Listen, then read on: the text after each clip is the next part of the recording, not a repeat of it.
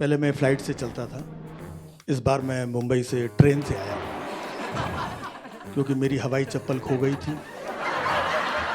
Flight वालों ने बैठाने से इनकार कर दिया तो मैं ट्रेन से आया। ट्रेन से आ रहा था तो मैंने देखा मेरी सामने वाली सीट में एक बहुत बड़े पॉलिटिशियन बैठे थे, मिनिस्टर थे कोई।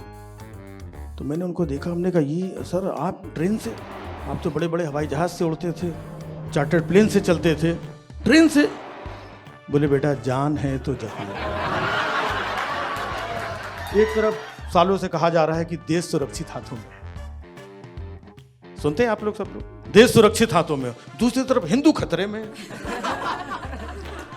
ये क्या चक्कर है समझ में नहीं। एक तरफ कहते हैं कि हिंदू जागो, सालों से चल रहा है जागो हिंदू, जागो जागो हिंदू। दूसरी तरफ कुछ लोग आकर के बोल देते हैं हिंदुओं 4-4 बच्चे पैदा करो, या तो जगा लो।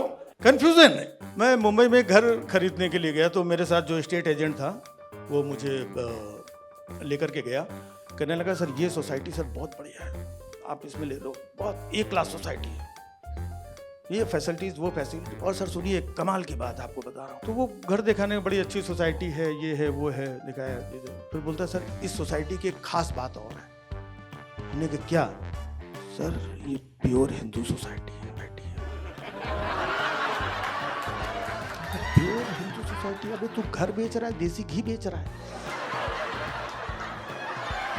अभी देखिए हमारे आराध्य हनुमान जी, बजरंगबली जी, उनके साथ पता नहीं क्या क्या हो रहा है, कोई उनको पतंग बना के उड़ा रहा है हनुमान जी को। कुछ लोग भगवान का भी धर्म और जाति बता रहे हैं। किसी ने कहा था कि हनुमान जी दलित हैं, यहीं पे कहा था लखनऊ में किसी ने। फिर लखनऊ में एक शख्स ने और कहा था कि नहीं वो दलित नहीं है, हनुमान जी जो है मुसलमान थे।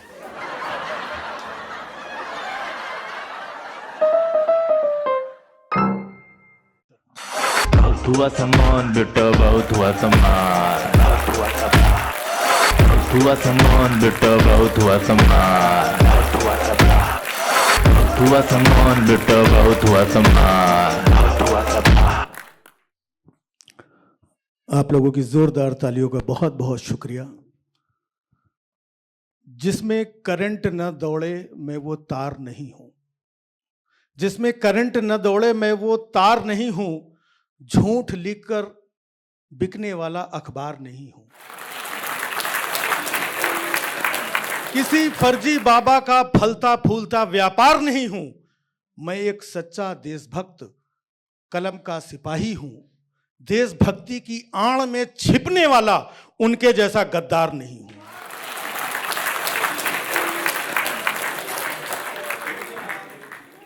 तो बस ये जोश, ये हौसला आप लोग बनाए रखिए। मुझे भी काफी हौसला और जोश अपने आप में बनाए रखना पड़ता है। आज हम दूसरे वेन्यू पे परफॉर्म कर रहे हैं, ये कहीं शो और होने वाला था, वहाँ नहीं हो पाया किन्हीं कारणों से। कारण आप लोग भी समझते होंगे। तो मेरे शो बहुत हुआ सम्मान में आप सभी का बहुत बहुत सम्मान है, बहुत बहुत स्वागत है। और मैं हल्की फुल्की बातें करूंगा, आप लोग सब समझेंगे। पहले मैं फ्लाइट से चलता था, इस बार मैं मुंबई से ट्रेन से आया हूं मैं, क्योंकि मेरी हवाई चप्पल खो गई थी।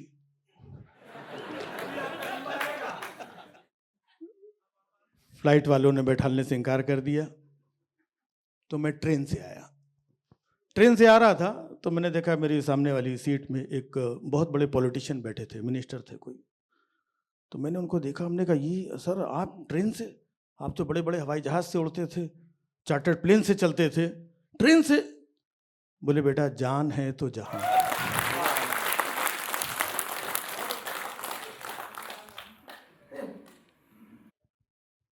तो बस ऐसी छोटी छोटी बातें मैं आपके बीच में रखूंगा। कुछ हास्य की बातें होंगी, कुछ व्यंग्य की बातें होंगी, और कुछ बातें इशारे में होंगी, और समझदार को इशारा काफी होता है। और यहाँ पर ज्यादातर सब लोग समझदार लोग बैठे हुए हैं, लखनऊ के सारे समझदार लोग यहाँ पर हैं, और लखनऊ में ऐसे भी समझदार लोग हैं। मैं एक बार लखनऊ आया, चार बाग में उतरा मैं, मैंने किसी से पूछा, भैया विधानसभा जाना है, कैसे जाएंगे? बोले जल्दी आ गए हो 1 साल।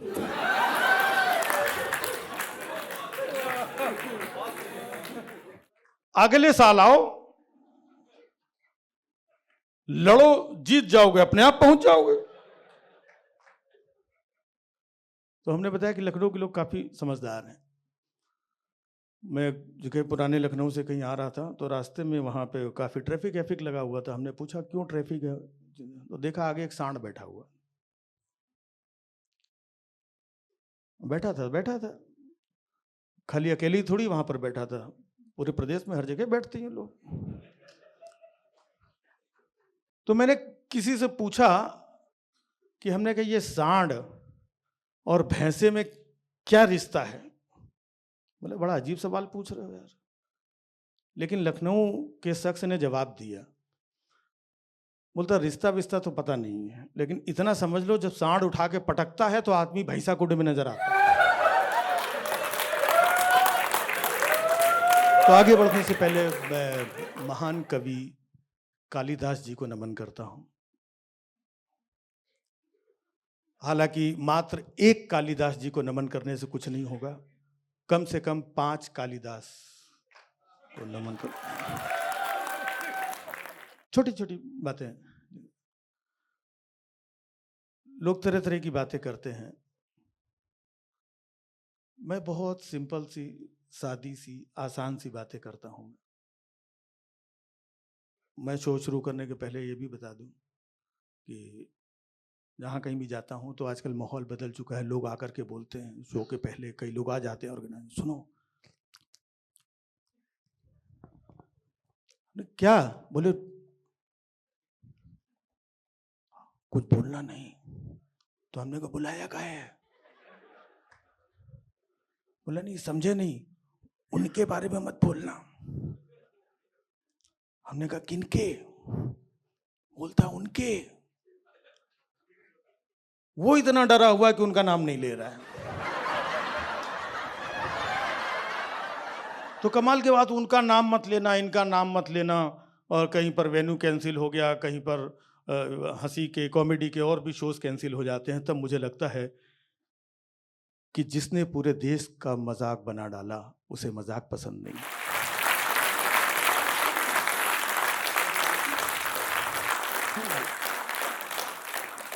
तो मैं जो हमारी सरकार ने बीड़ा उठाया है कि तमाम धरोहर को वापस संजोने का प्रयास कर रही है, हमारे गौरव को वापस लौटाने का प्रयास कर रही है। कहीं कोई गौरव और दबा होता है तो खोद करके निकाल लाती है। संस्कृति, सारी चीजों को वापस ले, तो व्यंग भी हमारी धरोहर है। तो मैं हमारी सरकार का समर्थन कर रहा हूं उस धरोहर को बचाने का। उसी श्रृंखला में मेरा ये कार्यक्रम है, बहुत हुआ सम्मान। और मैं दावे के साथ कह सकता हूं कि यहां पर जितने लोग भी बैठे हुए हैं, हर एक शख्स कम से कम 45 लाख रुपए की हैसियत का है। इससे ऊपर के भी हैं, लेकिन मिनिमम 45 लाख का एक एक शख्स है। क्योंकि विदेशों से काला धन आने पर 15 लाख देने की बात हुई थी। मुबारक हो, वो धन 3 गुना हो चुका है। तो आगे बढ़ते हैं। मैं आगे बढ़ने से पहले सिर्फ इतना बोलूंगा कि मैं यहां पर जो कुछ बोलूंगा झूठ बोलूंगा, झूठ के सिवा कुछ नहीं बोलूंगा। क्योंकि झूठ बोलना एक कला होती है।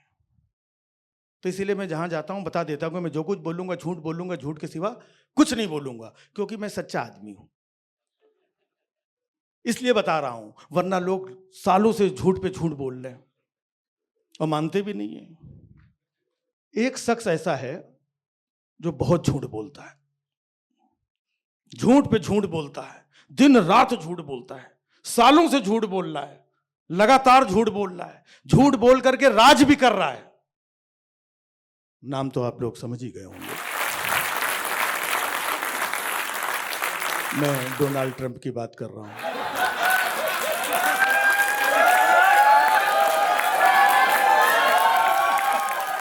वाकई में बहुत झूठा आदमी है। कितना झूठ बोलता है। बोलता है सीज फायर हमने कराया, फिर बोलता है सीज फायर हमने कराया, 50 बार बोल दिया सीज फायर हमने कराया, इतना बड़ा झूठ बोल रहा है। थैंक गॉड कि हमारे यहाँ कुछ सच्चे लोग हैं जो हमें आकर के ये बताते हैं कि ये झूठ बोल रहा है। उसको तो कोई दिन आता है सुबह सुबह प्रेस कॉन्फ्रेंस करने का, सीज फायर। तो हमने कि कैसा आदमी है डोनाल्ड ट्रंप, प्रेसिडेंट है अमेरिका का और रोज प्रेस कॉन्फ्रेंस करता है। क्योंकि हमें तो पता है कि जो बड़े लोग होते हैं वो प्रेस कॉन्फ्रेंस करते ही नहीं है। ये रोज उठा करके प्रेस कॉन्फ्रेंस, सीज फायर हमने कराया, टैरिफ लगा देगा, टैरिफ। हमने कहा इतना टैरिफ क्यों लगा रहा है इंडिया पे? बोलता हमने सुना है कि उनको टैरिफ बहुत पसंद है। हमने को उसको टैरिफ नहीं कहते हैं, जो उन्हें पसंद है उसे तारीफ कहते हैं।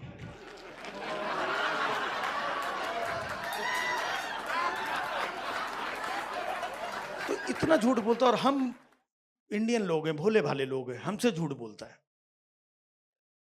हम इतने भोले भाले कि हम लोगों के झूठ में फंस भी जाते हैं। फंस क्या जाते हैं, फंसे ही हुए हैं कई सालों से, हमसे झूठ बोलते हैं। फिर मैंने सोचा एक बार कि ये इतना झूठ बोलता है, इसको झूठ बोलना सिखाया किसने होगा? तो फिर समझ में आता है कि जो बुरी आदतें होती हैं हमेशा कोई ना कोई बेस्ट फ्रेंड ही लगवाता है। तो इसके बेस्ट फ्रेंड को ढूंढो यार, कौन है? तो मैं कोई ऐसी वैसी तो बात नहीं की, सिंपल सी बातें कर रहा हूं। मैं कोई ऐसी वैसी बात नहीं करूंगा। ना मैं बनारस के घाटों की बात करूंगा, वहां क्या हो रहा है, ना मैं शंकराचार्य जी की बात करूंगा कि उनके साथ क्या हो रहा है, ना मैं नोएडा में जो जरा बच्चा युवराज गाड़ी के साथ गिर गया उसके बारे में बात नहीं करूंगा, ना मैं बेरोजगारी के बारे में बात करूंगा, ना मैं महंगाई के बारे में बात करूंगा, किसी बारे में बात नहीं करूंगा। मैं सिर्फ डकैतों के बारे में बात करूंगा। डकैत आजकल बहुत फल फूल रहे हैं, बहुत पैसा छाप रहे हैं, शोहरत कमा रहे हैं। रहमान डकैत की बात कर रहा हूं मैं।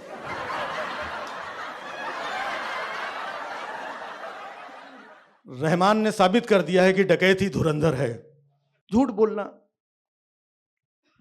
खैर लोग बोलते हैं। हमारे यहां कंफ्यूजन बहुत है, तरह तरह का कंफ्यूजन है। हम लोग इतनी बातें सुनते हैं, पेपर में पढ़ते हैं, देखते हैं, वहां कुछ और चल रहा है, इधर कुछ और चल रहा है। देश में अमृत काल चल रहा है, कहीं अमृत मिशन चल रहा है, कहीं अमृतवाणी चल रही, चारों तरफ अमृत बरस रहा है। लेकिन कंफ्यूजन देखिए कि लोग गंदा पानी पीते हैं। अमृत टपक रहा है, अमृत छोड़ करके गंदा पानी, और वो भी उस शहर में जो हिंदुस्तान में स्वच्छता के नाम पे नंबर 1 है। वहां गंदा पानी पी करके लोग मर रहे हैं। गंदा पानी पी करके खत्म हो गया ना जाने कितने लोगों की जिंदगी का टंटा, और जब जिम्मेदार लोगों से पूछा गया तो बोले घंटा। यहां कोई जिम्मेदार है ही नहीं। आजादी के बाद से हमें आज तक कोई जिम्मेदार आदमी मिला ही नहीं, नेहरू जी को छोड़ के।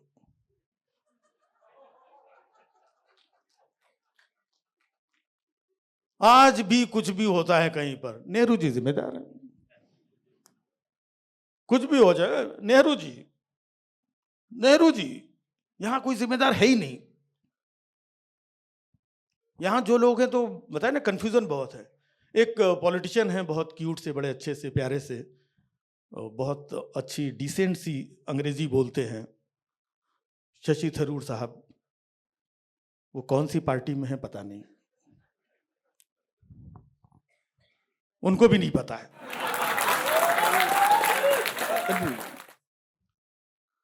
हालांकि अभी उन्होंने बताया कि नहीं वो कांग्रेस में हैं, लेकिन कभी कभी कहीं कहीं चले जाते हैं, लेकिन कांग्रेस में है।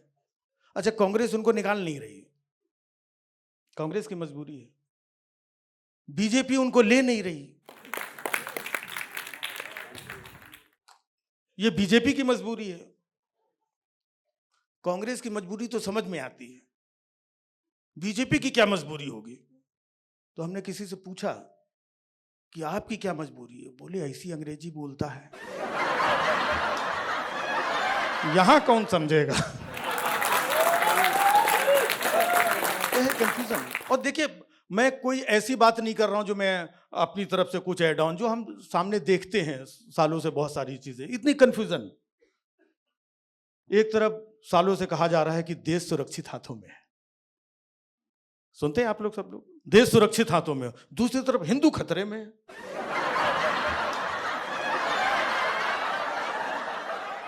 ये क्या चक्कर है, समझ में नहीं है। एक तरफ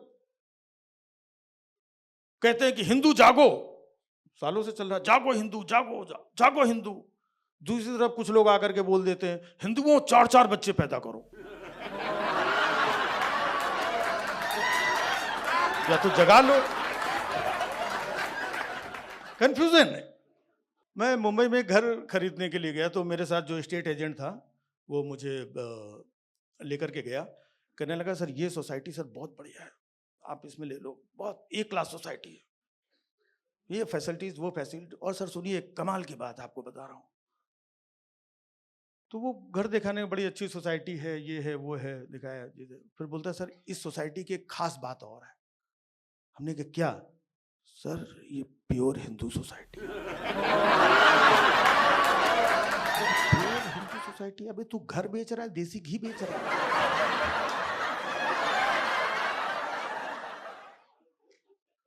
लिटरली लोग ऐसे बोलते हैं।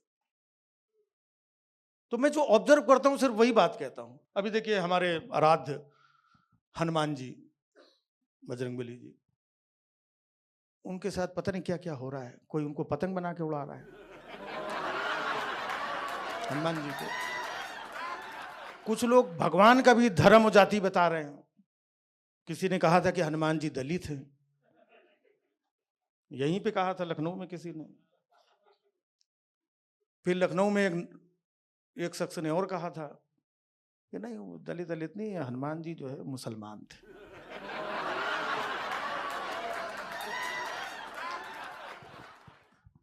मुसलमान थे। उनका नाम भी देखो, मुझे याद आ गया, बुक्कल नवाब था उनका नाम। हाँ, याद आ गया। हाँ? वो कहने लगे कि वो हनुमान जी मुसलमान थे, जैसे फुरकान, रहमान, सुलेमान, वैसे ही हनुमान। अच्छा, कमाल की बात, इसमें मेरी एक भी लाइन नहीं है जिसमें आप लोग हंस रहे हैं। ये उनकी लाइन है। अब सोचने वाली बात ये है, उन्होंने तो कह दिया कि हनुमान जी मुसलमान थे। अब इस बात से हिंदू लोग बहुत टेंशन में आ गए। अच्छा, हिंदू तो टेंशन में आई, मुसलमान उससे ज्यादा टेंशन में आ गए। हनुमान जी मुसलमान, तो क्या अब जुम्मे के साथ साथ मंगल को भी नमाज पढ़नी पड़े?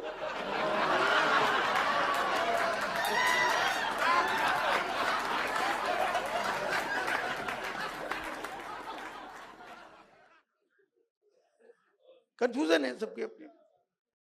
तो लोग ऐसे बातें करते रहते हैं, जहां से हम कुछ ना कुछ निकालते हैं। कई बार कुछ चीज़ों पे लोग सहमत होते हैं, कई चीज़ों पे सहमत नहीं होते हैं। मैं जब कभी यहाँ आता, बोले बहुत विकास हुआ है यहाँ पे, बहुत विकास हुआ है। कोई बोलता कहाँ विकास हुआ है?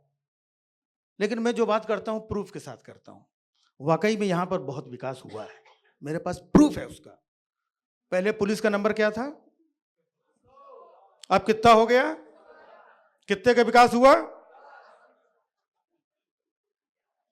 12 का विकास हो गया। अच्छा, हमने एक बार, सीनियर ऑफिसर थे पुलिस के, उनसे पूछ लिया। हमने कहा कि मतलब ये जो 100-112 चीजें की हैं, हाँ ठीक है। जवाब नहीं दिया उन्होंने। तो हमने किसी और से पूछा, हमने कहा 100 से 112 क्यों किया? तो कहने लगा 100 नंबर डायल करते थे तो पुलिस वाकई में आ जाती थी। तो हमने कहा 112 में, बोले ना डायल करो तब भी आ जाती है। कंफ्यूजन है। एक बाप तो अपना टेंशन में आ गया, उसके बच्चे के कुछ 85% मार्क्स आ गए, तो बाप टेंशन में आ गया। बाप खुश होता है, मेरे बच्चे के क्योंकि बाप को भरोसा था 40% नहीं आते, उसके 85 कहाँ से आ गए। वो परेशान हो गया, तेरे 85% कहाँ से आ गए। टीचर को फोन लगाया, उधर उधर फोन लगाया, समझ में बच्चे से पूछा तेरे आए कैसे 85%। बोले पापा इस बार जो मेरा एग्जाम था ना वो इलेक्शन कमीशन ने कंडक्ट कराया था।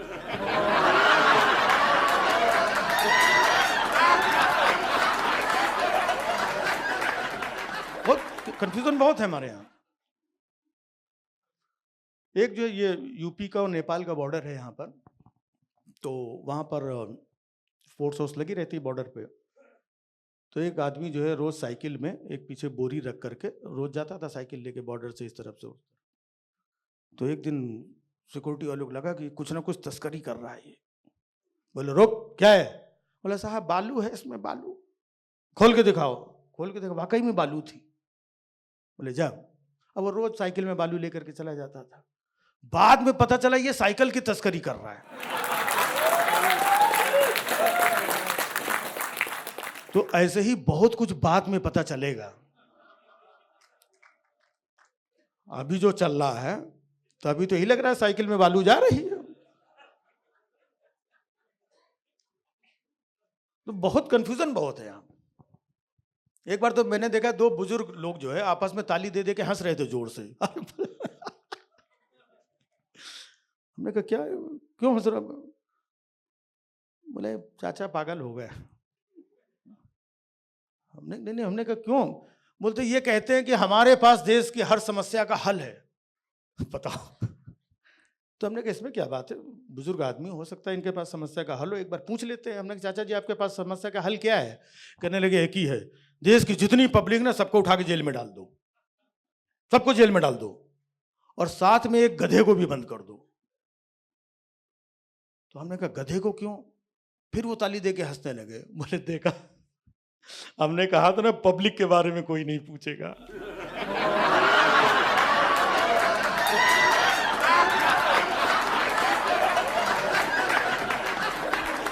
सब गधे के बारे में है। बड़े कुछ कुछ चीजें अगर आप देखेंगे तो उससे रिलेटेड बहुत सारी बातें समझ में आती हैं। अब एक लड़का था, उसको एक अंकल जी ने धर के कूट दिया। जब लड़का ठीक ठाक कुटा गया तब पीछे से एक लड़की आई, बोलती पापा ये वो लड़का नहीं है। ऐसे ही कितने कांड हुए यहाँ पर। पता चलता है उसका सब दुनिया भर का ये तोड़ फोड़ चीजें, बाद में पता चलता है ये तो था ही नहीं, बाइज्जत भरी। अभी रिसेंटली अयोध्या से एक खबर आई ऐसी, जहाँ पे सब निपटा दिया गया, बाद में पता चला होता है।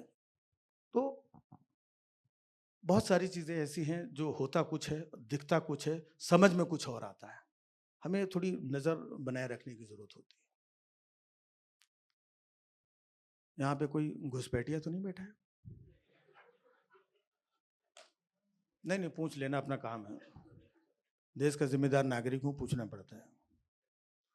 क्योंकि घुसपैठिए हमारी नौकरी खा रहे हैं, हमारे संसाधन खा रहे हैं। घुसपैठिए हमारे यहाँ सरकार वो बना रहे हैं, ऐसा हमें बताया जाता है रैलियों में।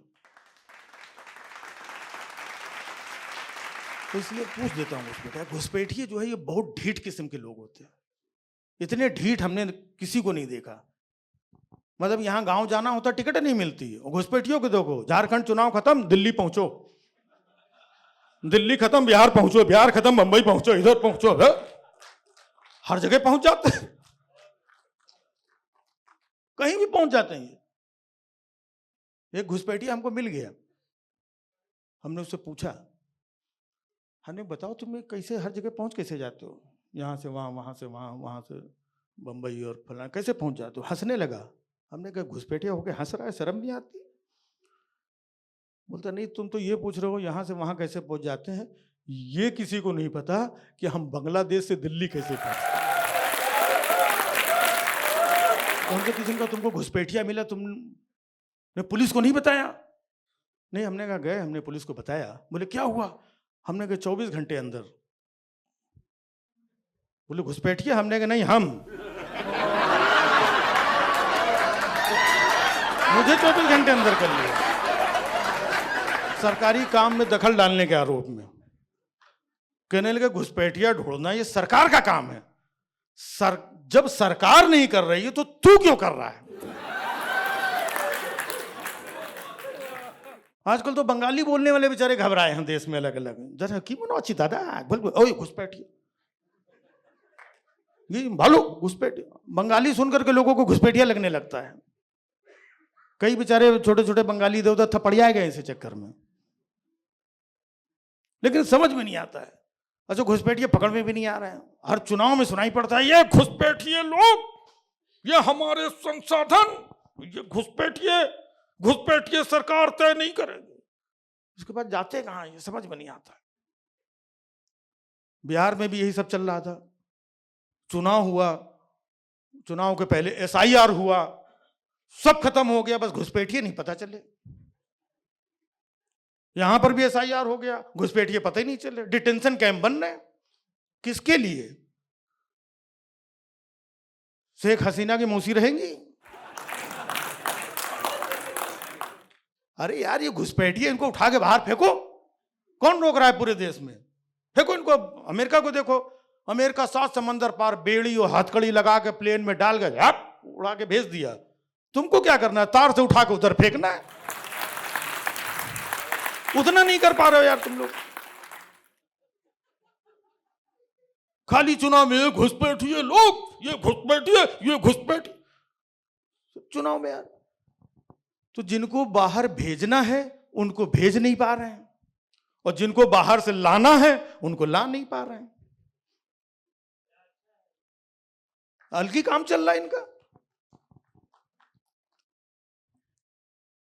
पहले चुनाव होता था, अब चुनाव के पहले सेमीफाइनल और क्वार्टर फाइनल भी होने लगे, जिसे हम SIR कहते हैं। आधा चुनाव वहीं पे लोगों का हो जाता है, बाकी जो बचा है देख लो। SIR हुआ, यहां पर भी SIR हुआ। अच्छा बिहार में चुनाव के पहले फटफट SIR 15 दिन, ये लिस्ट आई वो लिस्ट आई, खत्म, ये चुनाव खत्म।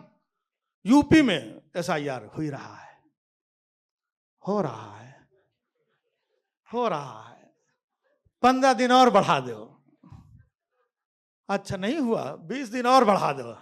हो रहा है 15 दिन 20 दिन लगा था, 3-4 बार डेट बढ़ी। बेचारा ऊपर से एक BLO देख रहा था, बोला डेट इतनी बढ़ानी थी तो पहले बता देते,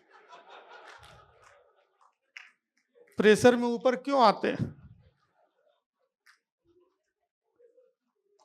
जो बेचारा मृतकों का नाम लिस्ट से काटने गया तो खुद ही मृतक की लिस्ट में शामिल हो गया। SIR चल रहा है।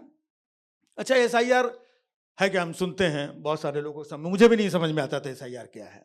हाँ भाई ये कुछ हो रहा है, सुनने में आता था इतने नाम काट दिए गए, उतना ही समझ में आता था इतने वोटर काट दिए, इतने काट दिए गए।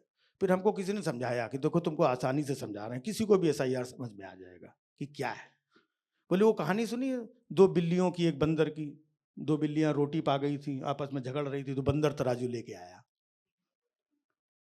कहने लगा झगड़ो मत, हम बराबर बराबर तौल के देते हैं। अब बंदर क्या करता था, एक टुकड़ा ज्यादा तो थोड़ा सा ऊपर नीचे होता तो वो टुकड़ा तोड़ के खा लेता था। अब बोलता था इधर का ज्यादा हो गया, रुक जाओ इधर का तोड़ कर। अब इधर का ज्यादा हो गया, इधर का, तो पूरी रोटी खा गया। कहने लगा समझ लो मोटा मोटी यही SIR है।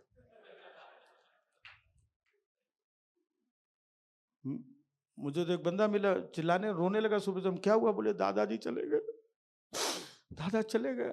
हमने कल तक तो ठीक थे। बोले आज सवेरे नई लिस्ट आई, उसमें मृत पाए गए। वैसे तो घर में बैठे हैं।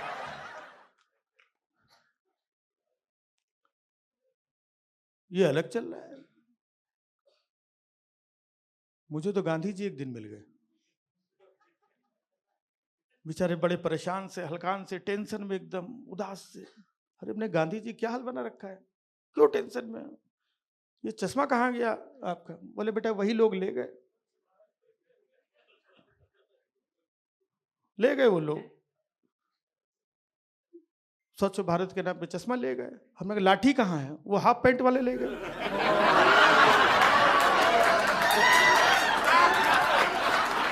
हाफ पैंट वाले ले गए। अब बस बेटा ज्यादा मत पूछो हमसे कुछ। हमें क्या नहीं, कुछ नहीं, ले दे के जो बचा है उसको संभाल ले हम। हमें घबराइए मत, आपकी लंगोटी कोई नहीं खींचेगा। बोले बेटा नहीं, इन लोगों पे भरोसा नहीं है। देखा नहीं बिहार में एक लड़की का नकाब खींच लिया सरेआम, लंगोटी कौन सी बड़ी चीज।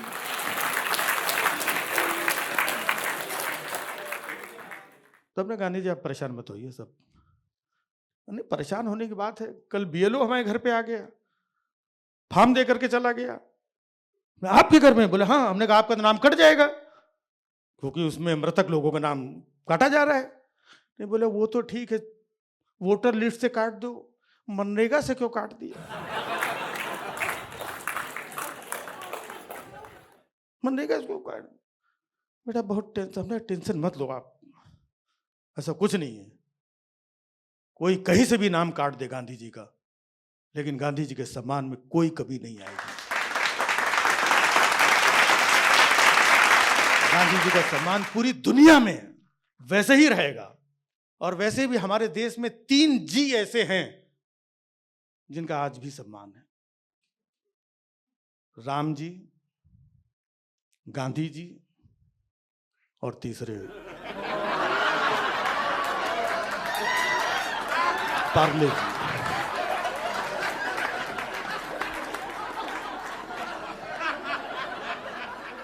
बाकी जिनके बारे में आप सोच रहे हो वो बहुत पीछे हैं,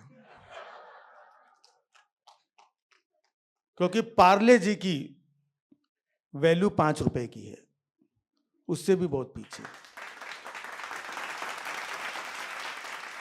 बेटा बहुत परेशान है यार, राम भक्तों से बहुत परेशान हूं। अरे हमने कहा गांधी जी होकर के कैसे विवादित बातें कर रहे हैं आप? राम भक्तों से परेशान है? बोले बेटा राम भक्तों का मतलब समझो, मैं उन राम भक्तों से परेशान हूं जिनके नाम में नाथू साइलेंट।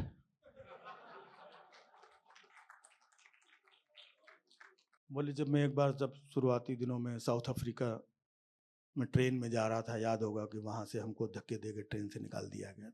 बेटा वैसी फीलिंग आ रही है आजकल। हमने नहीं घबराऊंगा। अचानक गांधी जी खांसने लगे जोर जोर से। और मैं गांधी जी खांस क्यों रहे हैं? बोले बेटा दिल्ली में हर कोई खांस रहा है, चाहे ठाट बाट में रहे या राजघाट में, खांस हर कोई रहा है। सब जगह का मतलब मामला अलग अलग है। अब पॉल्यूशन की कोई बात ही नहीं करता है, बाकी इतनी सारी मैटर। पॉल्यूशन जो बेसिक चीज है, जैसे पानी, हवा जो हम हर पल सांस लेते हैं, सांस ना ले आदमी का काम खत्म, उस पॉल्यूशन की बात नहीं होती है। दिल्ली में इतना पॉल्यूशन है फिर भी बात होती है कि ये है। यहाँ यूपी में, लखनऊ में कितना पॉल्यूशन है, बात ही नहीं होती है। मैच कैंसिल हो गया यहाँ पर अभी पॉल्यूशन की वजह से, लेकिन बात ही नहीं होती, क्योंकि दिल्ली के पॉल्यूशन में और लखनऊ के पॉल्यूशन में थोड़ा फर्क है। दिल्ली में हर कोई खांस रहा है और यूपी में कप सिरप की व्यवस्था की गई। सब मालूम है। जौनपुर से ठीक उस गैंग से तो नहीं हो।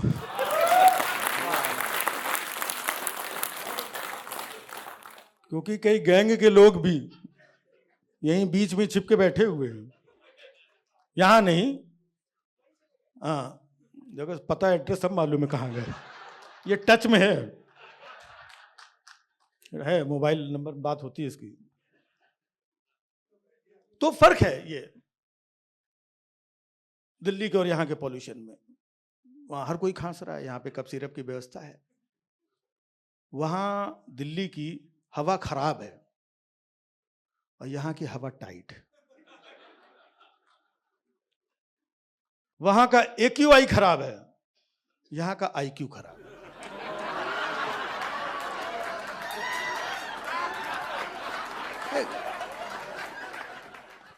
दिल्ली में सब कोई खांस रहा है, लेकिन ये मीडिया वाले नहीं खांसते हैं। कोई नहीं देखोगे कोई इस मैटर में हो, उनको जो उधर होता है अपना चीखते, जो खांसते नहीं। ये मीडिया एक ऐसी है कि मीडिया से ही बहुत कुछ तय हो जाता है मामला। आप टीवी खोलें, कभी भी कोई चैनल वैनल आप लोग देखते हैं, न्यूज चैनल देखते हैं?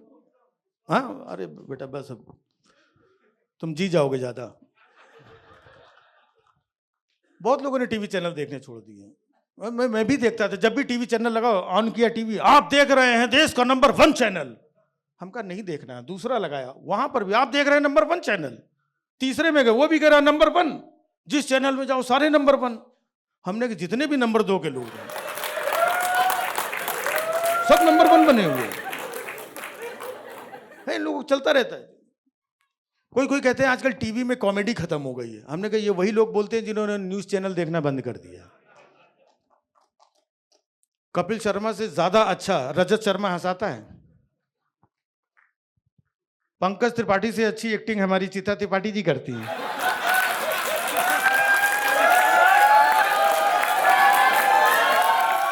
अनुराग कश्यप से ज्यादा टाइट स्क्रिप्ट अंजना ओम कश्यप की होती है। प्रेम चोपड़ा से खतरनाक अमन चोपड़ा है। ये चल रहा है इन लोगों का। अच्छा, इतनी हंसी आती है कि पूछिए मत। अभी जब ऑपरेशन सिंदूर हुआ, अगर आप लोगों ने देखा होगा, बहुत हंसाया है इन चैनल वालों ने। इतना हंसाया कि पूछिए मत।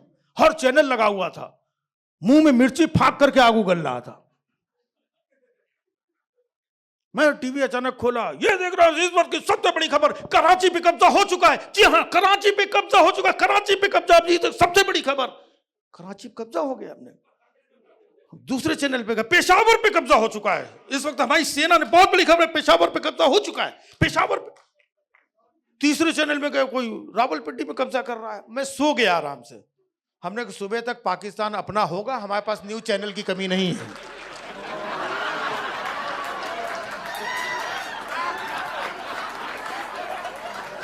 अच्छा, कमाल की बात, मतलब कब्जा हो गया।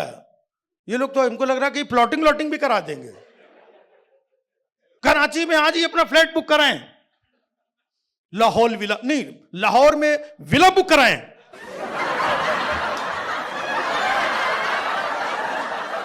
जो लोग कश्मीर में प्लॉट नहीं खरीद पाए वो लोग निराश ना हो, आज ही प्लॉट बुक कराएं। अच्छा, ऐसे आग उगलते तो वहां पे कुछ एक्सपर्ट बैठे रहते हैं, सेना के बड़े सीनियर टाइप के कुछ ऐसे एक्सपर्ट बैठते हैं। एक एक्सपर्ट आप लोगों ने देखा होगा कभी, उनकी इतनी बड़ी मूछें है, उनसे ज्यादा उनकी मूछें कांपती हैं। जब बोलते हैं मैं ये कह रहा हूं, तो मुझे लगता है मूछ निकल के न गिर जाए नीचे कहीं। मतलब इतना, एक चैनल वाला तो चिल्ला रहा था, मतलब देख रहा, पाकिस्तान ने टेके घुटने, पाकिस्तान ने घुटने टेक दिए, पाकिस्तान भीख मांग रहा है, पाकिस्तान ने घुटने टेक। हमने कहा भाई साहब, ना उसने घुटने टेके हैं, न वो भीख मांग रहा है। आज जुम्मे का दिन है, सबके सब नमाज पढ़ रहे हैं।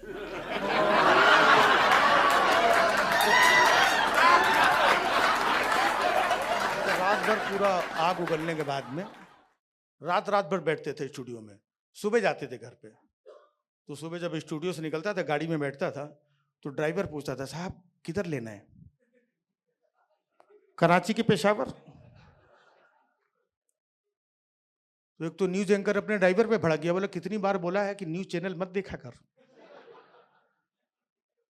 इन लोगों का बहुत, मतलब पहले देखिए जो हमारे न्यूज चैनल होते थे, जो हमारे एंकर्स होते थे, कितने शालीन होते थे, कितने अच्छे होते थे। शाम को 7:30-8 बजे टीवी खोलते थे, आप लोगों को याद होगा, कितनी शालीनता से एक एंकर आता था, या महिला या पुरुष जो भी आते थे। नमस्कार, शाम के 7 बज चुके हैं, पेश है इस वक्त की खास खबरें। प्रधानमंत्री 2 दिवसीय विदेश यात्रा के लिए आज जापान रवाना होंगे। अब पेश है मौसम के समाचार। इतने आराम से बोलते थे। आज आप शाम को धोखे से टीवी ऑन कर, नमस्कार, नमस्कार।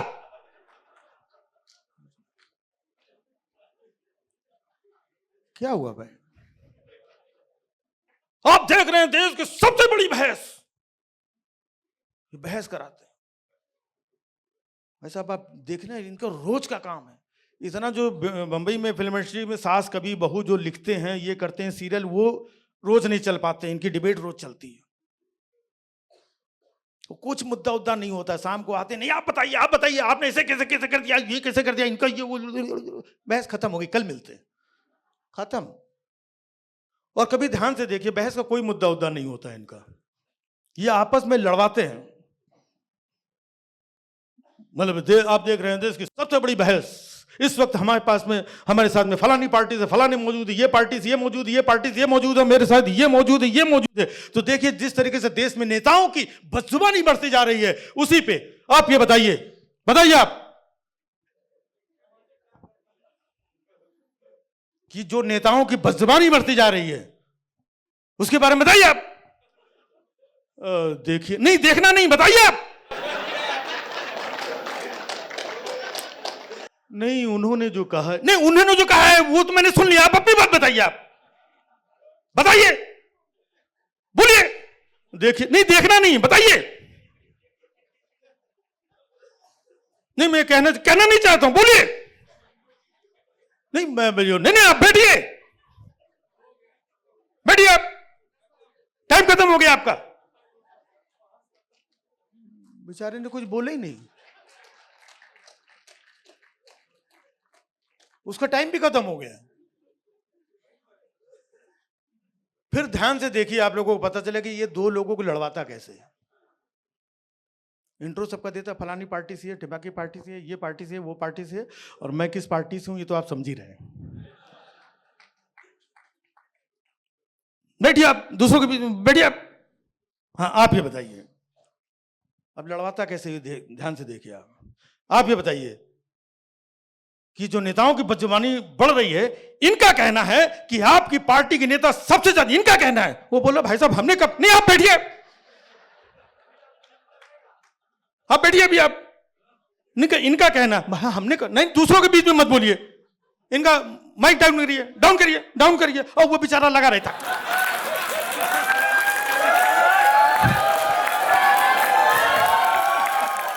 बेचारे का गला सूखा जा रहा है, उसको पता ही नहीं है, वो लग रहा है मैं सही जवाब दे रहा हूं, पूरा गुस्से में लाल पीला। और आप टीवी में देख रहे हो, उसका कुछ है ही नहीं। नहीं आप बताइए, अरे अब कहां चला गया, इधर आप, पीछे निकल गए, इधर आप। हाँ ये आप बताइए, जो नेताओं की बदजुबानी बढ़ती जा रही है उसके बारे में आपकी पार्टी का आपको कोई जिम्मेदारी बनती कि नहीं बनती है, बताइए आप। वो भी बोलता भाई साहब मैं क्या बताऊं, मैं नहीं, आप नहीं बताएंगे, कौन बताएगा, आप जिम्मेदार लोग हैं पार्टी से, आप जवाब नहीं देंगे। बोले भाई मैं कैसे नहीं, क्यों नहीं बताएंगे। अरे बोला भाई मैं कुरियर देने आया था, तुमने इधर बैठा दिया हमको।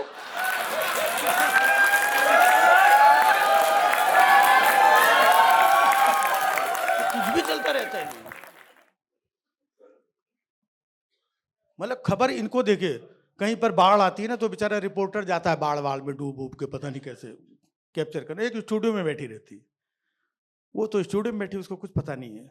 हाँ जी दिखाइए वहां के क्या हाल है, नहीं यहाँ पे बहुत पानी है, कहीं पर इतना है, कहीं पर इतना है, कहीं सर के ऊपर पानी है, लोग बह के इधर उधर जा रहे हैं, काफी लोग उधर बह गए, काफी लोग उधर बह गए, यहाँ आसपास कोई दिख नहीं रहा, मैं किससे बात करूं। बोले नहीं कैमरा घुमाइए, एक आदमी कुछ पकड़ के खड़ा, उससे बात करिए।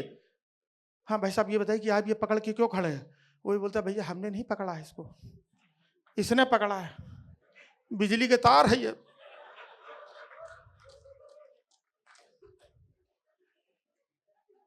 फिर वो पूछती है, अच्छा इनसे पूछी कि इन्होंने जो बिजली का तार पकड़ा हुआ इनको कैसा महसूस हो रहा है, पूछिए इनसे। भाई साहब ये बताइए आपने जो बिजली के तार पकड़ा हुआ है कैसा महसूस हो रहा है, कैसा महसूस हो रहा है, एक बार तो हमको पकड़ के देख, खुद ही मालूम पड़े कैसा महसूस हो। अच्छा कई बार इनके पास खबरें होती नहीं है, ये खबरें जनरेट करते हैं, बनाते हैं। आप कभी भी ध्यान से देखिएगा, खबर होगी एक लाइन की, उसको आधे एक घंटे का प्रोग्राम बना देते हैं, कुछ नहीं होगा। मुझे लग रहा है आने वाले टाइम में किसी गली में कोई कुत्ता भी मर गया ना तो ये लोग ब्रेकिंग न्यूज बना देंगे। देखिए एक लाइन की खबर, और खबर कहां से शुरू हुई, कहां क्या हुआ, कुछ पता नहीं। नमस्कार, अभी भी पता चला कि हरियाणा के हिसार जिले में एक गली में एक कुत्ते की मौत हो गई है। आइए ताजा जानकारी के लिए आपको ले चलते हैं उसी गली में जहां पर पहले से मौजूद है हमारे संवाददाता मनीष। मुझे आज तक ये नहीं समझ में आया कि हर जगह पहले से कैसे मौजूद रहते हैं। कई बार डाउट होता है कि हरकत भी यही लोग करते हैं, बाद में कैमरा खोल के खड़े हो जाते हैं। पहले से मौजूद है। तो अभी की सबसे बड़ी खबर, हरियाणा के हिसार जिले में गली में कुत्ते की मौत हो गई है। ताजा जानकारी आपको ले चलते उसी गली में जहां पर पहले से मौजूद है हमारे संवाददाता मनीष। हाँ मनीष, देखिए एक शब्द को रिपीट कितने करते हैं, टाइम चाहिए उनको। हाँ मनीष, ये बताइए, जो कुत्ता मरा है, जो कुत्ता एक्सपायर हुआ है, जो कुत्ते की मौत हुई है, जो कुत्ता मर चुका है, जो कुत्ता दुनिया छोड़ के जा चुका है, जो कुत्ता हमेशा के लिए फना हो चुका है, जो कुत्ता अब हमारे बीच में नहीं रहा है, इस कुत्ते की मौत को लेकर के तुम्हारे पास क्या ताजा जानकारी है? वो उधर खड़ा रहता है।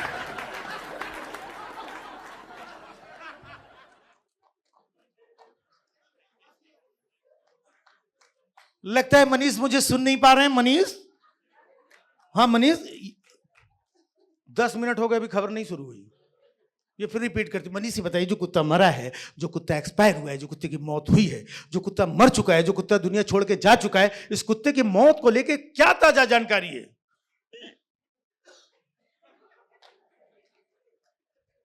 मनीष, क्या आप मुझे सुन सकते हैं? हेलो, हाँ। अब जैसे उसकी आवाज कनेक्ट होती है तो आजकल ध्यान से देखा हो कि रिपोर्टर लोग बहुत हाफते हुए बड़ी मेहनत से रिपोर्टिंग करते हैं, पूरी एनर्जी डाल करके। ऐसा लगता है कि बॉर्डर पे कोई बहुत बड़ी घटना हो गई है। शालिनी, जैसा कि आप देख सकते हैं, ये जो कुत्ता मरा है, ये कुत्ता काले रंग का कुत्ता है। जैसा कि आप देख सकते हैं, जो कुत्ता मरा है, इस कुत्ते के पंजे भी मुड़े हुए हैं। जैसा कि आप देख सकते हैं, जो कुत्ता मरा है, जो कुत्ते से ज्यादा कुत्ते जैसा खुद हाँफ रहा है। जैसा कि आप देख सकती हैं। वो बोलते सब मैं ही देखूंगी, तू क्या करने गया उधर? जैसा कि आप देख सकते कुत्ते। हाँ मनीष, ये बताइए, जो कुत्ता मरा है, मनीष ये बताइए, कुत्ता मरा है जो, मनीष मनीष मनीष, कुछ कुत्ते की भौंकने की आवाजें आ रही हैं। मनीष, कुछ कुत्ते की भौंकने की आवाजें आ रही हैं। तो क्या इससे अंदाजा लगाया जाए कुत्ते के सगे संबंधी वहां पर पहुंच चुके हैं? हेलो मनीष, मनीष, कुत्ते के लगा था जो भौंकने की आवाज है कुत्ते के सगे संबंधी। मनीष, कुत्ते के लगा था जो भौंकने की आवाज कुत्ते के सगे संबंधी। मनीष, कुत्ते के लगा, मनीष, कुत्ते के लगा जो भौंकने, क्या कुत्ते के सगे संबंधी के मार गोली, वही कुत्ता उठ के बैठ गया। मतलब एक दिन तो मैं सुबह सुबह उठा सर, नहा धो करके सुबह सुबह उठा, जल्दी उठ गया था, नहाया धोया, तो एक भक्ति चैनल लगा के बैठ गया। मैं भक्ति चैनल लगाया, बैठ गया। आधे घंटा बाद पता चला न्यूज चैनल देख रहा हूं। हमने भक्ति चैनल लगाया था, हमने चेंज किया। एक दिन फिर मैं स्पोर्ट्स चैनल लगा के बैठा, आधे घंटे तक देखता रहा। बाद में पता चला ये भी न्यूज चैनल है। हमारी भावनाओं के साथ खेला जा रहा है यहां पर। फिर मैंने सोचा कि चलो आज हम वाकई में न्यूज चैनल लगा के देखेंगे। लगाया, अंदर से आवाज आई, ये सेवा आपके टीवी में 2014 से समाप्त हो चुकी है।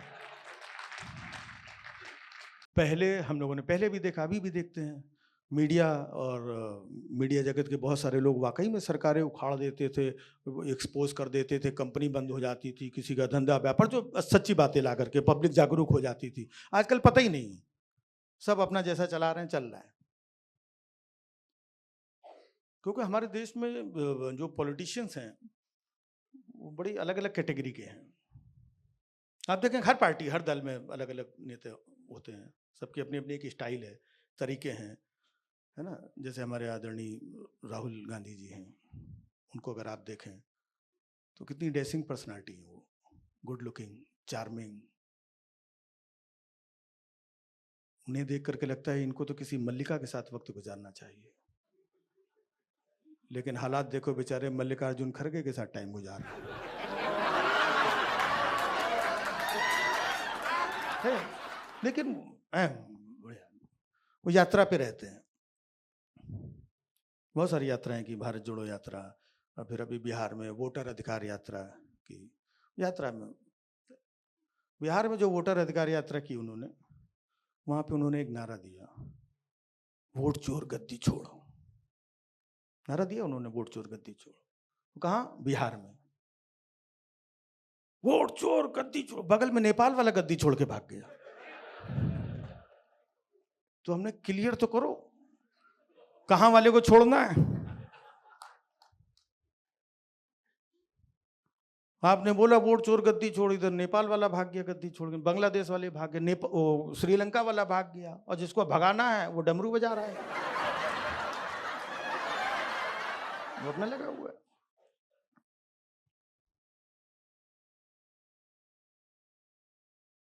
तो राहुल जी ने बोला था कि वही बिहार जब वोटर अधिकार यात्रा वगैरह निकाल रहे थे कि भैया इस बार हाइड्रोजन बम फोड़ेंगे, हाइड्रोजन बम फोड़ेंगे भैया, हाइड्रोजन बम। उसके बाद में सब बोला बाला, हम लोग इंतजार कर रहे थे, फिर वो कोलंबिया चले गए। तो हमें लगा हाइड्रोजन कम पड़ रहा होगा, लेने गए होंगे,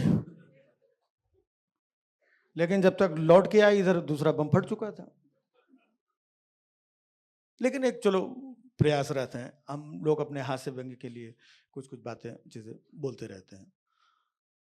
हमारे यहाँ पॉलिटिशियन अगर देखेंगे तरह की, जैसे हमारे अरविंद केजरीवाल जी हैं, उनको देखिए, बहुत सादगी पसंद इंसान है। आज भी वो बड़े भाई की शर्ट पहनते हैं।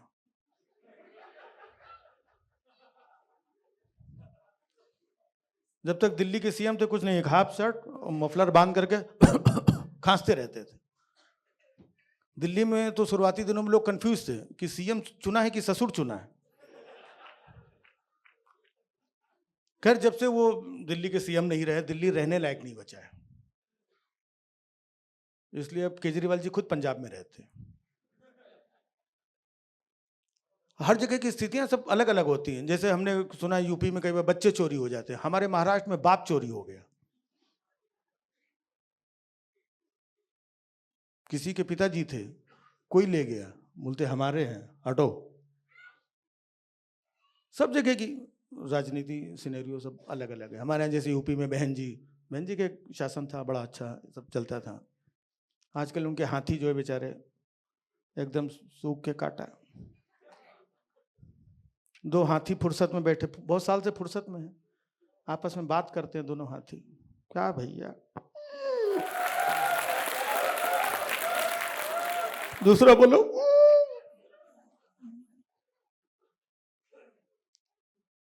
हमको लगा क्या बात कर रहे हैं ये, तो किसी ने बताया ये दोनों बात कर रहे हैं, कह रहे हैं हे प्रभु, हाथी बन के कोई फायदा नहीं है, अगले जन्म मोहे गैया ही कीजो। अब एक देखिए, जो आज़ादी के बाद से जिस पार्टी ने रूल किया, जिसके परिवार ने रूल किया इतने साल, वो बंदा एक मामूली सी टी शर्ट पहन के घूम रहा है, और जो बंदा 35 साल तक भीख मांग रहा था वो लाखों का सूट पहन के घूम रहा है। विडंबना देखिए। कहते हैं कि सुना होगा कि वो लोगों को कपड़ों से पहचान लेता है। एक बार बोला था किसी ने, कपड़ों से पहचान लेता हूं। तो हमने कहा वो लोगों को कपड़ों से पहचान लेता है और उसे कोई पहचान न ले, इसलिए दिन में 4 बार कपड़े बदल देता है।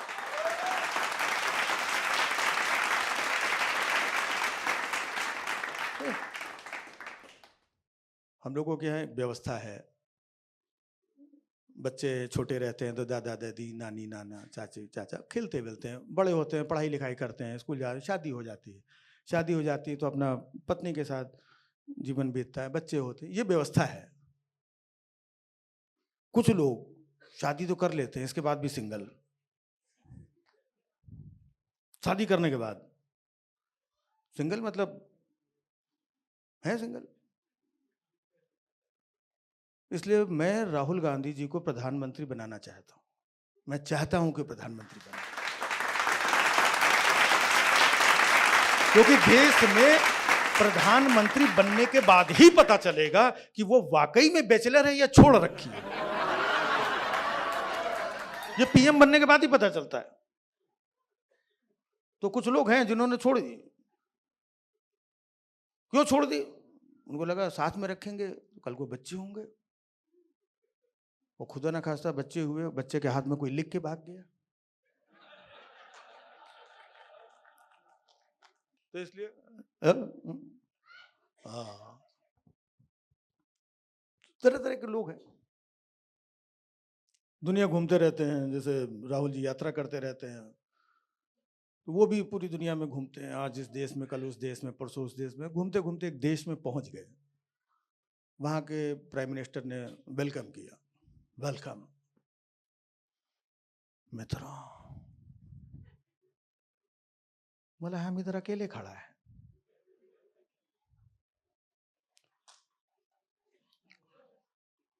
आदत है भाइयों बहनों, अकेले खड़ा है। बोले वो सब छोड़ो, हमने सुना है कि तुम पहले चाय बेचा करते थे। बिल्कुल सही बात सुनी है आप। बोले हम ऐसे यकीन नहीं करेगा, तुम अपने हाथ से एक कप चाय बना के पिलाओगे तो मानूंगा। अंदर गए, चाय वाय बना के लेके आए, उनको दिया चाय। जैसे एक सिप पी, पूरी चाय मुंह के बाहर। चाय में इतनी मिर्ची, इतनी हल्दी, इतनी धनिया, गरम मसाला चाय में कौन डालता है? तुम झूठ बोलता है कि तुम चाय बेचा करता था। नहीं भाइयों बहनों, मैं कभी झूठ नहीं बोलता। मैंने कहा था। झूठ नहीं बोलता तो चिल्लाता क्यों है? भाइयों बहनों, मैं कभी झूठ नहीं बोलता। मैंने कहा था कि मैं चाय बेचा करता था, बनाया नहीं। भाइयों बहनों, मुझे बेचना अच्छी तरह से आता है, बनाना नहीं आता।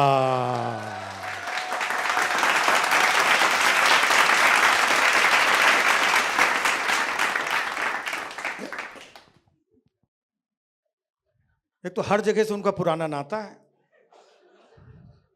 कहीं पहुंच जाए। हमको लगता है कल को चांद पे चले जाएं, चांद से हमारा बहुत पुराना। चांद से क्या नाता है भाई? बचपन में हम इन्हें चंदा मामा कहते थे, मामा लगते हैं।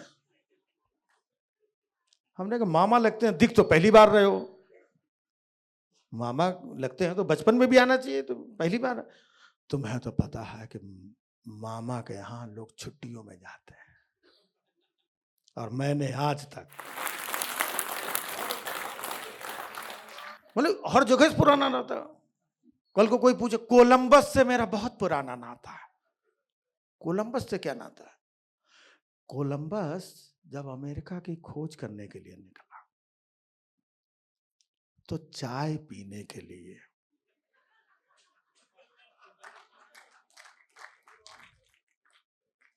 मेरी टपरी पे ही आया था। कोलंबस तो तब भी जाएगी टपरी, तब लगाते थे। कोई प्रूफ तो है नहीं, जब जरूरत होती तब लगा लेता। कोलंबस चाय पीने के बाद मुझसे पूछने लगा कि भैया अमेरिका हमको खोजना है, किधर से जाऊं? तो हमने कहा उधर कहाँ जा रहा है, इधर से जाके लेफ्ट मार, सीधे जा। मैंने बता, पुराना नाता है। अब देखो, E = MC² का फार्मूला किसने दिया था? हमने कहा आपने दिया था। वो तो आइंस्टीन ने दिया था। नहीं, आइंस्टीन को किसने दिया था?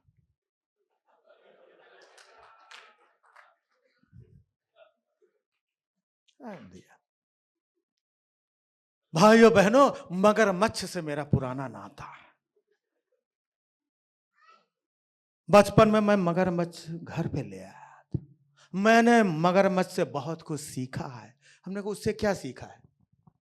बोले आपने देखा होगा बीच बीच में भाषण देते देते कभी कभी मैं थोड़ा तो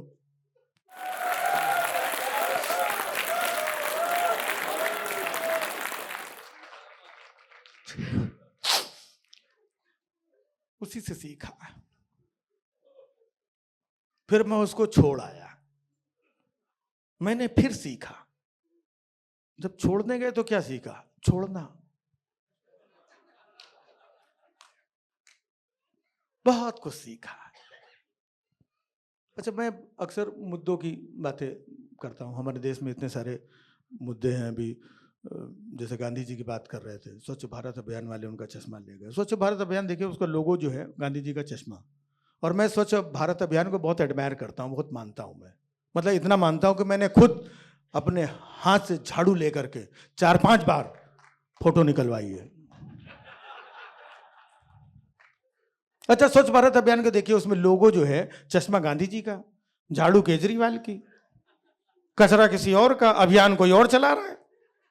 हमने पूछा भाई साहब इसमें आपका क्या है? बोले भाइयों और बहनों, झाड़ू के पीछे जो डंडा दे रखा है।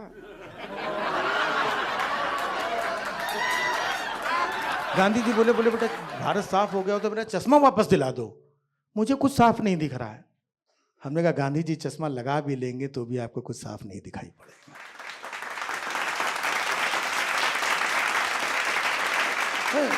तो हमारे देश में कोई ताजमहल बनवाता है, कोई ये करता है। तो मुद्दे आजकल चलते थे, 3 तलाक अभी खत्म हुआ, किसी ने खत्म किया, जिसने खत्म किया वो खुद अपनी छोड़ के बैठा है,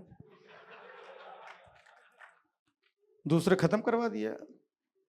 इसलिए खत्म करवा दिया कि जो काम बिना तलाक बोले हो सकता है, लगा हुआ। अच्छा, लोग हैं अपनी पत्नी से मोहब्बत करते हैं। शाहजहां ने अपनी पत्नी की मोहब्बत में ताजमहल बनवाया था। तो सबकी अपनी अपनी सिस्टम है, किसी ने ताजमहल बनवाया था, कोई शौचालय बनवा रहा है।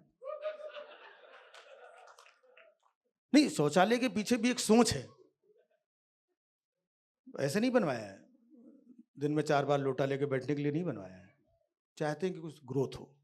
जितने खतरनाक डेडली आइडियाज आते हैं सब वहीं आते हैं। भारत आज जहां कहीं भी पहुंचा है वहीं की देन है। मुद्दे, अच्छा किसी ने बनवा दिया ताजमहल, और ताजमहल हर कोई बना भी नहीं सकता है, क्योंकि ताजमहल को बनाने के लिए जो रॉ मटेरियल चाहिए वो कहां से आएगा? सबसे पहली चीज मोहब्बत,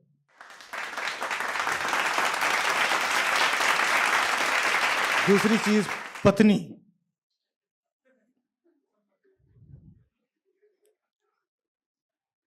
तीसरी चीज पत्नी से मोहब्बत। अरे कहां ताजमहल, जाओ यार तुम लोग शौचालय में घुस रहो। अच्छा, हमें मतलब बीच बीच में सुनते हैं हम लोग, कई बार कुछ लोग आके बोलते हैं, सोशल मीडिया में भी देखा हो, हमें इतिहास गलत पढ़ाया गया। बोलते हैं लोग हमें इतिहास गलत पढ़ाया गया। तो अब तो मुझे भी लगने लगा कि वाकई में हमें इतिहास गलत पढ़ाया गया है। क्योंकि कंगना रनावत ने कहा कि देश 2014 में आजाद हुआ है,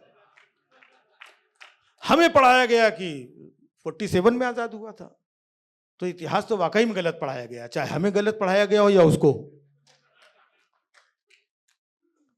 कई का डाउट होता है मुझे। अब जैसे हम लोगों ने सुना था कि गांधी जी ने अंग्रेजों से लोहा लिया था, ये पढ़ाया गया था हम लोगों को, गांधी जी ने अंग्रेजों से लोहा लिया।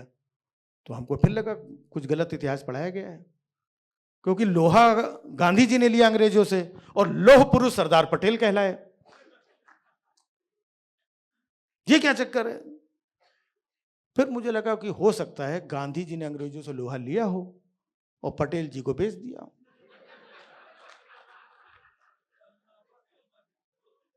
क्योंकि थे तो दोनों वो भी गुजराती,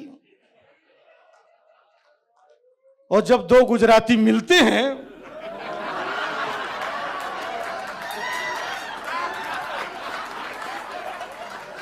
तो बेचना खरीदना तो होता ही होता है।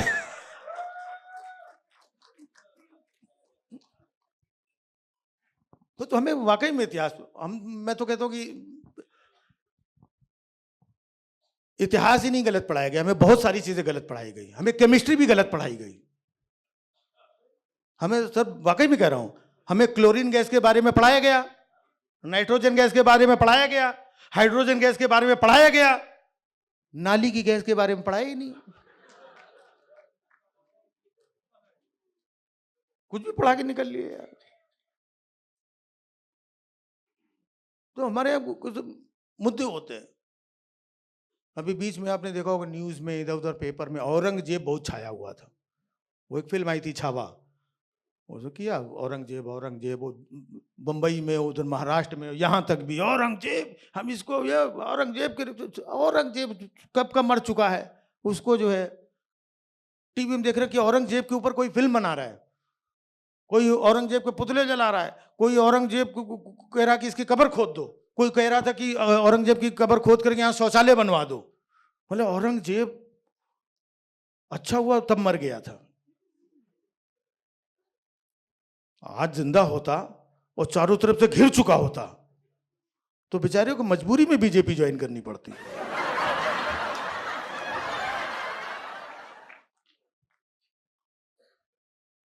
सब कोई कह रहा है शौचालय बना दो तोड़ के, हमने बस यही ले दे करके बचा है, कहीं कुछ भी शौचालय बनवा दो, शौचालय यार, मतलब इनका होता ही नहीं है कभी। भाई सब गोल की गोली खाओ, जो तमाम दवा इलाज कुछ करो यार, शौचालय बनवा देने से थोड़ी हो जाता है। तो हमने कहा बनवा दो शौचालय, औरंगजेब का कब्र तोड़ के बनाओ शौचालय। मैं तो कह रहा हूं कि बल्कि कभी कभी ताजमहल के बाहर में ताजमहल तोड़ के भी शौचालय बनवा दो, बनवा दो। अब जब बाहर से बड़े बड़े प्रेसिडेंट्स और प्राइम मिनिस्टर आते थे दूसरे देशों के, तो हम उन्हें ताजमहल लेकर के जाते थे घुमाने के लिए, है ना। डोनाल्ड ट्रंप आया था, उसको ताजमहल लेके गए थे, हमने तोड़ दो बना दो शौचालय। और फिर अगली बार जब डोनाल्ड ट्रंप आएगा, पूछेगा यहाँ पर मोहब्बत की निशानी टास थी, वो कहाँ गई, तो बोल देना कोई फ्लैश चला के बहा गया।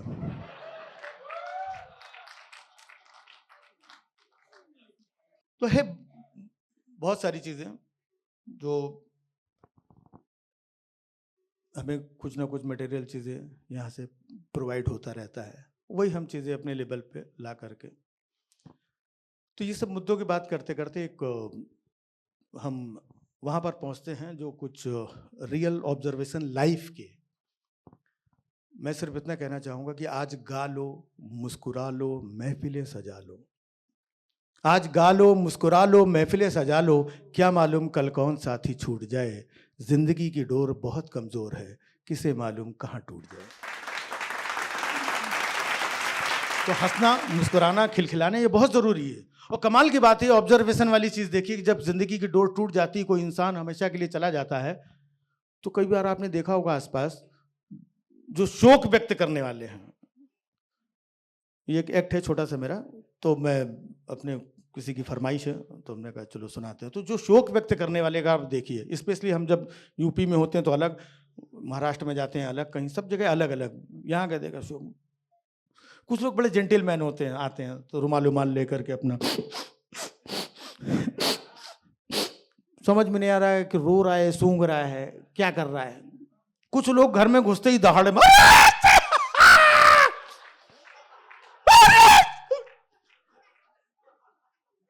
जरा मुर्दा उठ के खड़ा हो गया, आ गए क्या, फिर मर गए। अच्छा, हमारे हर चीज की एक ये भी है, लोग एक साउंड है जो कहीं पर भी यूज कर लेते हैं लोग, कहीं पर भी, कई जगह यूज होता है साउंड ये। किसी की मैयत में जाते हैं तो वहां हम बोलते हैं ये उम्र थी मरने की। तो हमने कहा तू डिसाइड करेगा उम्र किसी की, ठीक है चलो यार, किसी को कम ज्यादा आगे पीछे होता है, ये उम्र है मरने की। तो हमने कहा जब कोई 100 साल का आदमी मरता है या 98 का, ऐसे भी लोग मरते हैं, तो वहां जाके तुम बोलते हो क्या ये बहुत सही उम्र में मरे हैं, बहुत सही उम्र में मरे आप, एकदम पूरा 100 कंप्लीट एकदम, क्या मरे हैं देखो बहुत बढ़िया एकदम। तो लोग है यहाँ का, तो बता नहीं घर में घुसते ही दाढ़ी, अरे कुछ लोग और दिल खोल करके गांव में चले जाओ, रूरल में, बोला भैया इसको बाहर लेके जाओ यार, यहाँ बजट एक ही अर्थी का है।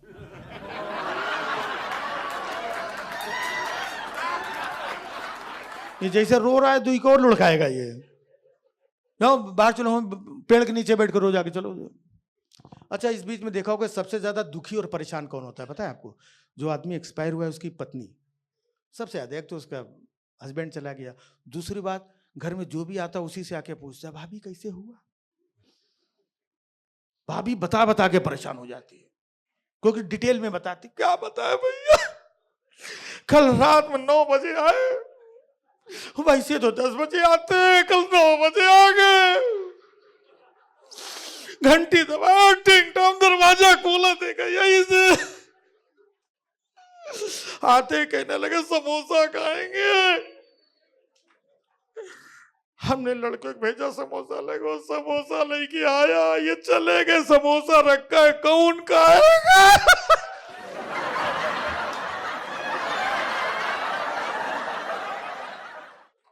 समोसा रखा है, कौन खाएगा?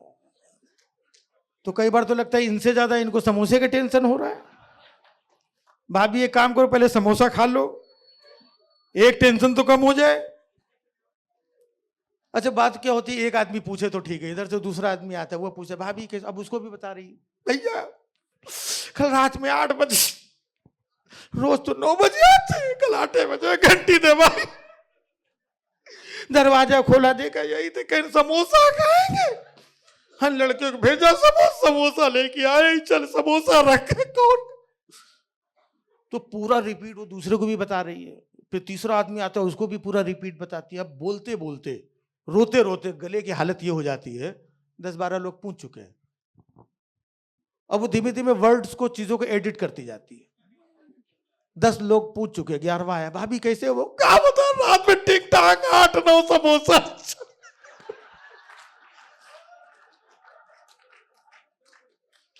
वो गया दूसरा, भाभी कैसे हो? रात में टिक टाक समोसा।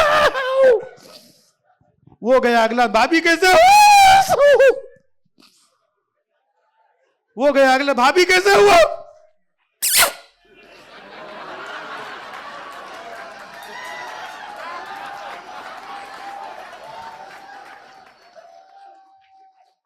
मानते नहीं लोग, इतने लोग पूछ गए, फिर भी एक पीछे आदमी खड़ा हुआ है, फिर आके पूछ रहा, भाभी कैसा? भाभी भड़क गई यार, भाभी कैसे? वो खुद ही मरा पड़ा, इसी से पूछ ले।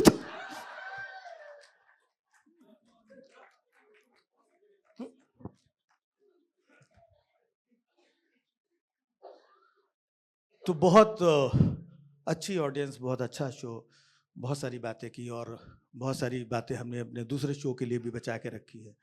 मैं चाहता हूं कि आप लोग हंसते रहें, मुस्कुराते रहें, खिलखिलाते रहें, स्वस्थ रहें, चीज़ों को समझते रहें, और समाज की मुख्य धारा में रहें।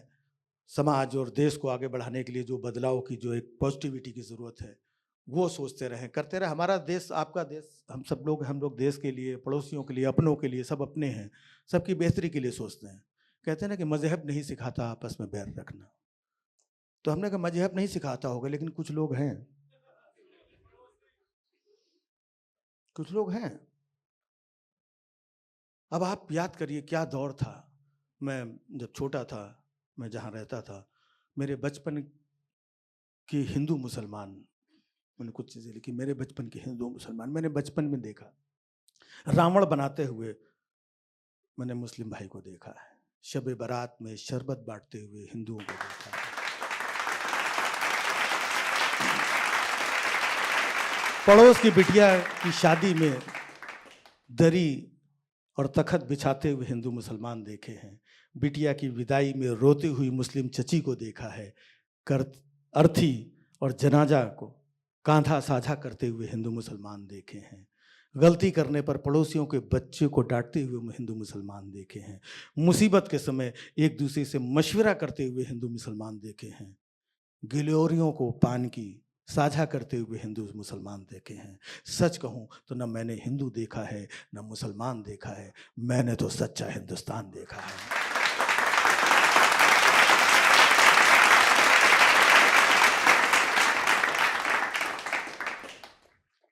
भाई हम सलामत हैं, हम खुशहाल हैं, तभी हम हिंदू हैं, तभी मुसलमान हैं। तो मैं चाहता हूं कि सबकी सलामती, सब खुश रहें, आबाद रहें, और नफरत भी कोई करने की चीज़ है, करना है तो मोहब्बत करिए।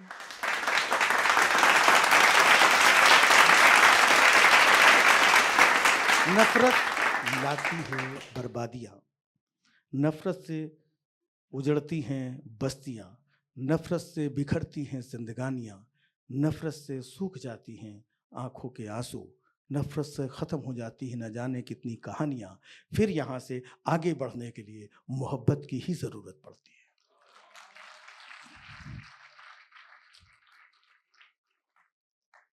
मैं सिर्फ इतना ही कहना चाहूँगा कि अपने वतन के लिए सलामती मैं भी चाहता हूँ कि मेरे सीने में वो तूफ़ान भर देना, जब जब मांगूँ सलामती अपने वतन की, मेरे लहू का कतरा कतरा कुर्बान कर देना। खत पे मेरी हस्ती मिटा देना पहचान मेरी, और इस मिट्टी में मिल जाऊं और मेरी पहचान और मिट्टी भारत हिंदुस्तान हो जाऊं। ये हम कहाँ से शुरू हुए थे? ट्राई कलर से शुरू हुए थे। अब देखिए कलर ट्राई करने पे आ गए हम लोग।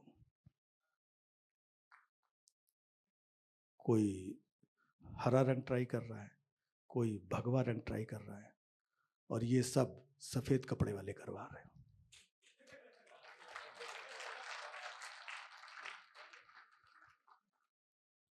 तो आप सभी का बहुत बहुत शुक्रिया। आप लोग आए यहाँ पर और बहुत ही शिद्दत के साथ आप लोगों ने सुना, प्यार दिया, और जिन मुद्दों में कई बार इतनी अच्छी ऑडियंस को मैं इसलिए सलाम करता हूँ कि बहुत जगह इतनी ऐसी प्यारी ऑडियंस नहीं मिल पाती। बहुत सारी बातें हम बहुत सारी ऑडियंस के बीच में नहीं कर पाते हैं, करते भी हैं तो लोग समझते नहीं हैं, लेकिन ये बड़ी बेहतरीन ऑडियंस आज की शाम जो थी, और आप लोगों की वजह से मैं हूँ यहाँ पर, इसलिए मैं आप सभी लोगों को सलाम करता हूँ।